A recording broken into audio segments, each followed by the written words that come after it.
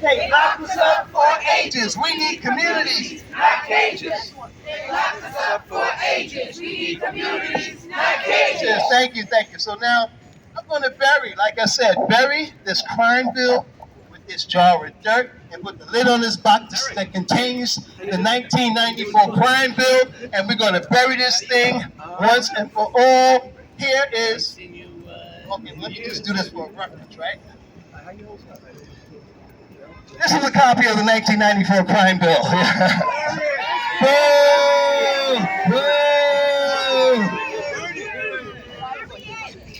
we go. This is our symbolic coffin to bury it. Bury it, bury it, bury it, bury it, bury it, bury it. Ashes to ashes, dust to dust.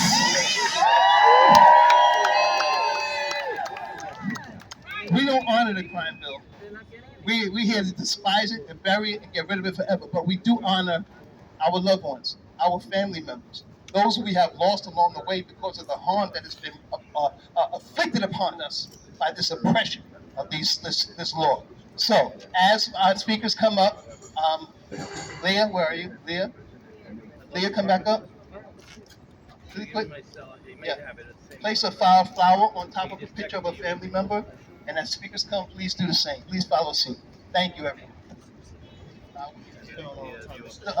Photo and a flower on top of the photo. And that is to honor the harm that has been done to those we have lost along the way because of this type of horrendous legislation.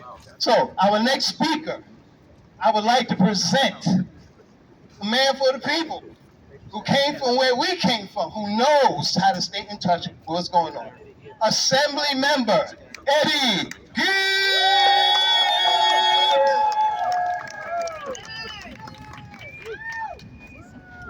Thank you, Marvin. I'm here simply, first before I get into it, I respect protocol and I respect my, I can say my chairman, and he's here, and I want to give him the opportunity, the chairman of corrections, to speak first, because he is my chairman and I am on his committee. So to be respectful and protocol, let's call up Assembly Member David Ripper, Chairman of Corrections. And I'll go behind David, but I got to be respectful. This is my chair. Thank you, Eddie. Eddie is one of our star members and has obviously his own unique experience to help us all when it comes to criminal justice reform. I mean, we can talk the walk, but he's walked the walk. So he's a very important addition to the Corrections Committee in the Assembly and to the legislature in general. I've been chair of the Assembly Committee on Correction since 2017. It's an immense responsibility, and I'm proud to stand with all of you today. I want to thank the Communities Not Cages Coalition for organizing this gathering, and I want to acknowledge my colleagues. Thank you, Eddie, and others that you'll be hearing from. And I want to especially thank the advocates for the incarcerated. Throughout the years, you have stood steadfast in support of those we've lost and those who still suffer under mass incarceration. Your voices must be heard. I went with a number of my colleagues yesterday to Rikers Island. The conditions are still horrible. We've got to close it. We need to get the treatment. We need the individuals that are at Rikers Island should not be at Rikers Island. They should be getting the services they need, and we need that to happen now. I pointed out many times before, and I think it bears repeating. The name of my committee is the Committee on Correction, not the Committee on Punishment. It's a very important distinction. The goals of correction and rehabilitation, taking responsibilities for one's mistake, these are the goals that must guide us in our entire system. Unfortunately, the legacy of the 1994 crime bill, I'm not sure it should be called a legacy, it was not betterment, but punishment. The implementation of this legislation decimated Black and brown communities across our nation, our state, and our city, imposing harsh sentences and contributing to the rapid expansion of our prison populations. No more. Now it is our time to correct this injustice. I'm a proud co-prime sponsor of all three of these bills, the Earned Time Act, the Eliminate Mandatory Minimums Act, and the Second Look Act.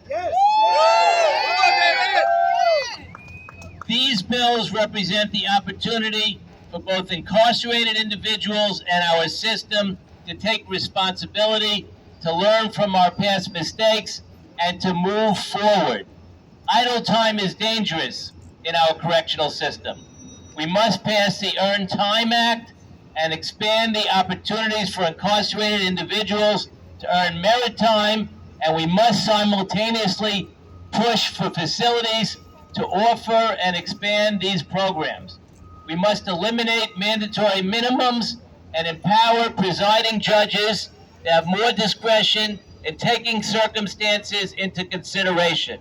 And we must pass the second look to allow for judges to revisit and reduce sentences. I will do everything in my power to fight that 1994 crime bill after effects and set our incarcerated populations up for success both within our facilities and after they are released. Because the story of bettering oneself is embodied in the organizations and people gathered here today. Thank you for your time and advocacy. And now I'll introduce one of my heroes, an outstanding member of the legislature and of my committee, Assembly Member Eddie Gibbs. Thank you, Assembly Member. But before we do that, you have a ritual. Please. I will take one of the pictures of one of our family members. These are pictures of family members who are at risk, who are incarcerated presently, right? And we want to honor them and those we have lost by pictures and putting a flower after the picture. Bring them home! Bring them home! Let me ask Eddie Gibbs who goes next. Well, I'm glad he asked that question, right? Because though I am the first, and I made history as the first formerly incarcerated legislator, yeah, we got much more work to do. But I am respectful. I know going into Albany, I have to build a coalition with my assembly members and my colleagues. David Weprin, I'm happy and excited to call on one. And I'm also excited to work with all of my colleagues. So before I say my little 3 lines that Marvin gave me, I want to be respectful and call up one of my senior members, if I may. Ladies and gentlemen, let's put our hands together for Assembly Member Amanda Acceptable!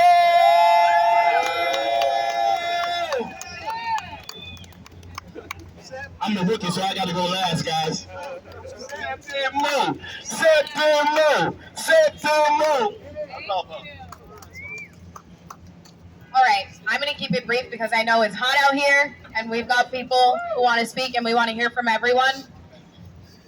We're here to bury the 1994 crime bill because we know that this bill has been the source of so much death and destruction and pain. And not just of the loved ones whose photos we're honoring today, but so many people who are still waiting for justice to reach them today. And not just death that we see splashed in newspapers, but death and destruction of communities, of families, of hopes, of dreams that will never get to see the light of day. We will never be able to return that time. We will never be able to fix that pain. But what we can do, and what we are fighting to do, and what we won't stop until we do, is make sure that we are creating a state that recognizes that there is no room for death and destruction in our policies. We are saying goodbye to the 1994 crime bill today and every other policy that doesn't recognize the humanity of people. This is a death of the 1994 crime bill, but it is also a renewal, a rebirth. We are here to fight for people who deserve that second chance. Because we all understand that nobody nobody should be reduced to their worst moment. All of us have moments that we are not proud of. All of us have moments that could have turned our life very different. It is not right to reduce people to the worst moment in their lives. And it is not right that the laws in New York right now say that that's how it should be. So we're here to fight for the Earned Time Act. We're here to fight for the Second Look Act. We're here to fight to end mandatory minimums. But most importantly, we're here to fight for community. We're here to fight for each other. We're fighting for families. We're fighting for a New York that is safer, because we know this is how you keep communities safe. It is not keeping problems out of sight, out of mind, because we think of our loved ones who are away as away. But we know that the pain and the gaps, we feel them every day in our communities. Every day in our families, we feel that pain. So it's not out of sight, out of mind, it's present. And we're going to keep fighting to make sure that nobody forgets that every single person in New York is worthy of redemption and deserves the opportunity for it. Thank you so much.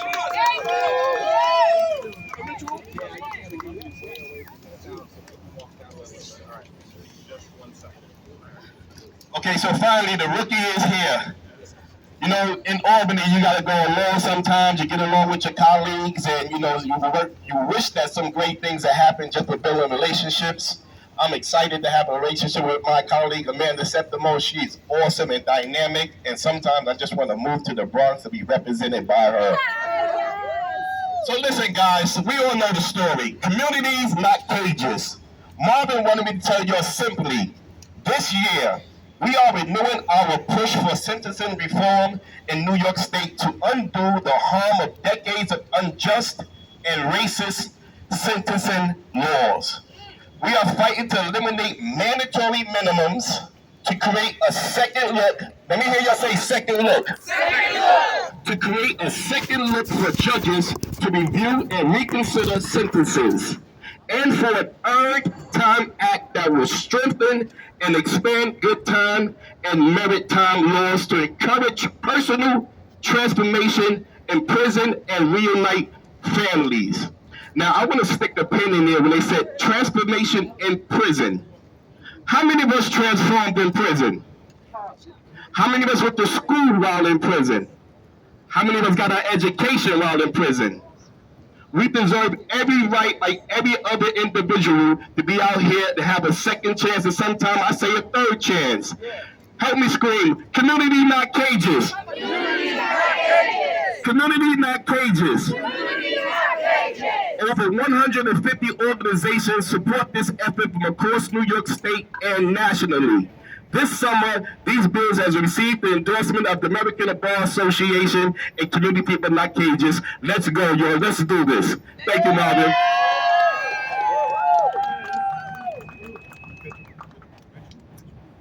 Thank you, Assemblymember Gibbs, for giving me a break, holding on the roster. I appreciate your help. Thank you very much.